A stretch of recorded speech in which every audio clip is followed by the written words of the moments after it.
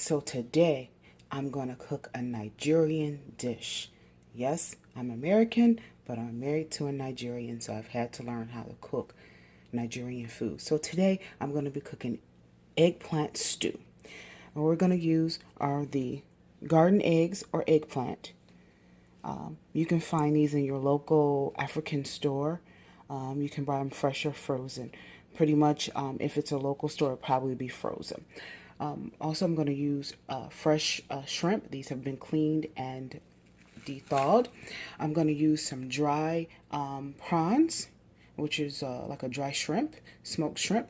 And then I have my vegetables. I have tomatoes, onions, the Scotch bonnet peppers, and some red bell peppers. And what I'm going to do with this is I'm going to first blend the vegetables. I'm going to do the tomatoes, the Scotch bonnet peppers, the red bell pepper, and half the onions.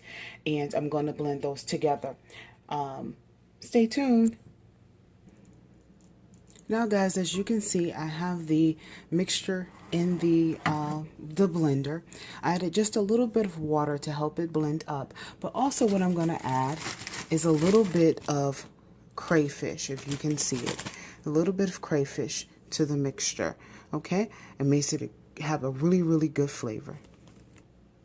Now the seasonings I will be using today are garlic powder, onion powder, ginger. I love ginger in it. Curry powder, Knorr's chicken bouillon, and also with this dish it will be cooked in palm oil, Nigerian palm oil or African palm oil. You can find this also in your local grocery store, African grocery store. Okay, so I've added the palm oil to my skillet. I put the onions in there.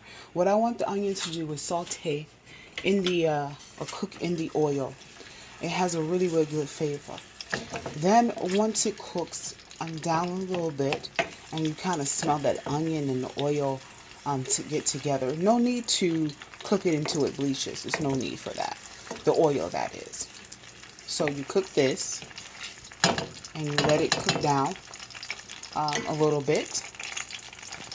And then I'll add the tomato, hot pepper, and red pepper mix.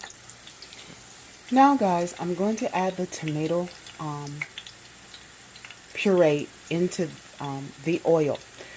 Sometimes at this point you can add locust beans. Today I'm not going to add locust beans. I'm just going to add the tomato base. Now I've added the tomato base to this, and so we're just going to let that simmer with a top over it. You're going to put the top over it and let that simmer and cook a little while as the oil starts to float to the top and the tomato puree gets a little firm. Now guys, you see how this is coming along. It's frying up. Starting to look really, really good. So at this point, what I want to do is I want to add my seasonings.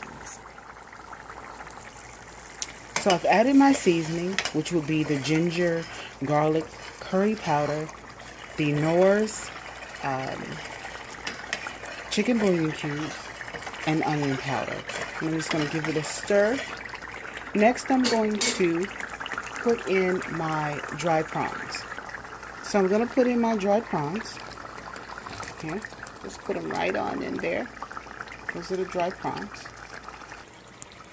Okay, so what I did was I went ahead and I blended the garden egg or eggplant, and I'm going to go ahead and put it into my tomato and oil base. Okay, so I've added the garden egg or eggplant to this. I'm going to let this cook up some for about 5 minutes. I'll let it steam, and then I'll add the fresh shrimp because the fresh shrimp doesn't take as long. Also guys, just know that you can use smoked mackerel, which is really, really good, or any type of smoked fish in this dish as well. I'm just choosing to use the dry prawns and the fresh shrimp today. Now guys, I've added my fresh shrimp. I'm going to let them cook until they're nice and pink, bright pink color, and then voila, we'll be finished, and then we'll taste our salt content. Now our sauce has completely cooked. The shrimp are done. And again, if you want to, you can add smoked mackerel, any type of smoked fish. It gives an amazing flavor. Today I just used the smoked dry prawns and the shrimp. Here you would taste the salt content if it's okay. Remember, sometimes that garden eggs sauce can be a little bitter. So if you don't like if it's a little bitter, just add just a pinch of sugar to this. But most of the time you won't need it. Now you can eat it with plantain, yam, or egg. Today we're going to eat it with yam. Stay tuned for the final product. So here you have it, the garden egg or eggplant stew with yam. Enjoy. Until next time. Mwah.